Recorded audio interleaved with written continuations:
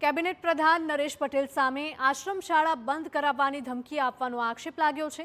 પૂર્વ મહિલા અધિકારીએ સરકાર સમક્ષ ન્યાયની ગુહાર લગાવી છે। કેબિનેટ પ્રધાન નરેશ પટેલ પર નવસારીના ખેર ગામમાં ગૌરી આશ્રમ શાળા આવેલી છે કે જે બંધ કરાવવાની ચીમકી આપવાનો આક્ષેપ થતાં જ આદિવાસી રાજકારણમાં ગરમાવો આવ્યો છે।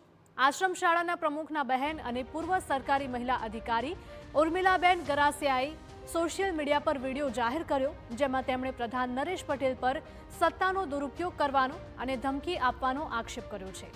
સંસ્થાના પૂર્વ અને વર્તમાન આચાર્ય વચ્ચે વિવાદ ચાલી રહ્યો છે, ત્યારે ઉર્મિલાબેન ગરાસિયાએ એવો દાવો કર્યો છે કે નરેશ પટેલે ફોન પર એવી ધમકી આપી હતી કે જો પૂર્વ આચાર્ય સાથે સમાધાન કરવામાં નહીં આવે તો તેઓ 1 અઠવાડિયાની અંદર આશ્રમ શાળાને તાળાબંધી કરી દેશે। ઉર્મિલાબેને આદિવાસી બાળકોના ભવિષ્યના રક્ષણ માટે સીએમ ભૂપેન્દ્ર પટેલ પાસે ન્યાયની ગુહાર લગાવી હતી।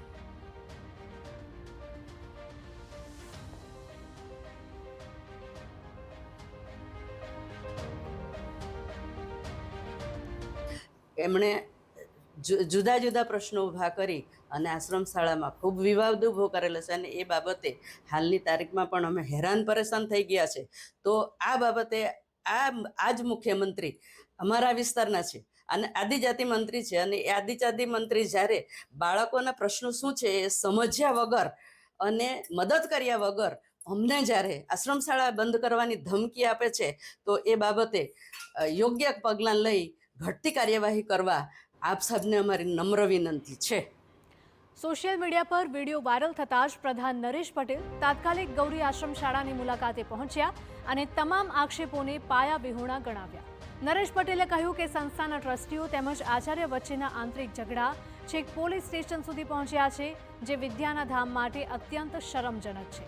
તેમણે સ્પષ્ટ કહ્યું છે કે જો બાળકોના હિતમાં આશ્રમ શાળાનું સંચાલન યોગ્ય રીતે નહીં થાય તો આવી સંસ્થાઓને બંધ કરાવવામાં તેઓ અચકાશે નહીં, પરંતુ તેમની આ કડક આદેશાત્મક સૂચનાને ધમકી ગણવી તે તદ્દન ખોટું છે।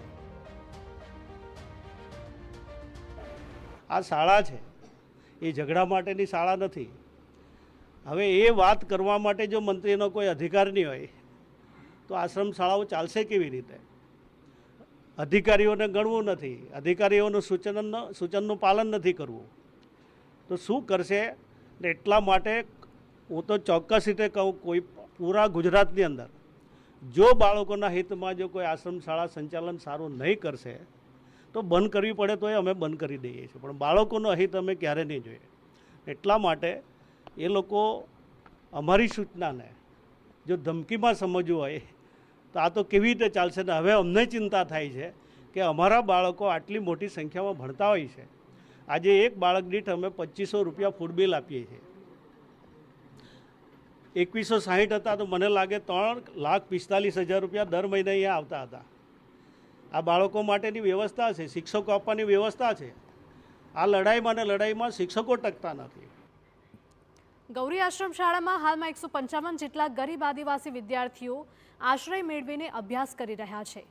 મહેકમ પ્રમાણે અહીં માત્ર 2 જ શિક્ષકો ફરજ બજાવતા હોવાથી પૂરતા સ્ટાફની ઉગ્ર માંગ હતી। આ ઉપરાંત આદિવાસી બાળકો માટે પીવાના શુદ્ધ પાણી, ગુણવત્તાયુક્ત જમવાની વ્યવસ્થા અને સ્ટાફની ઘટ સહિતની સમસ્યાઓ સરકાર તુરંત ઉકેલે તેવી માંગ પૂર્વ અધિકારી ઉર્મિલાબેન ગરાસિયાએ કરી છે।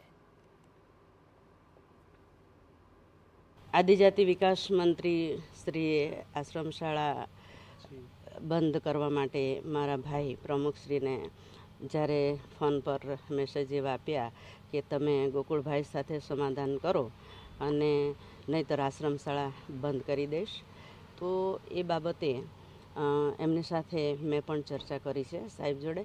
તો હું એવી આ જે પ્રશ્નો છે એ ઘણા સમયથી ચાલતા આવેલા, હવે એ સમસ્યાને હલ કરવા માટે આશ્રમ શાળામાં ખૂટતી સુવિધાઓ જેવી કે પાણી, મકાન, વીજળી, બાંધકામ, જે બાબતે સરકારશ્રી તરફથી હું અપેક્ષા રાખું છું કે ગરીબ આદિવાસી વિસ્તારમાં જ્યારે આશ્રમ શાળાઓ ખોલવામાં આવતી હોય અને એ આશ્રમ શાળામાં સરકાર તરફથી મકાન બાંધકામ માટે જો સહાય આપવામાં આવે તો બાળકો માટે સુવિધા ઉપલબ્ધ થાય। હું અને એક બીજા સ્ટાફ છે, લેડીઝ બેન છે, શિક્ષકો જ નથી અહીંયા, તો અમે બાળકોને 160 જેટલા બાળકો છે તો અમે બાળકોને ભણાવીએ, એ લોકોનું બધું ધ્યાન આપીએ કે શિક્ષણ પર ધ્યાન આપીએ, અને પ્રમુખ આ બાબતમાં બિલકુલ ધ્યાન આપતા નથી.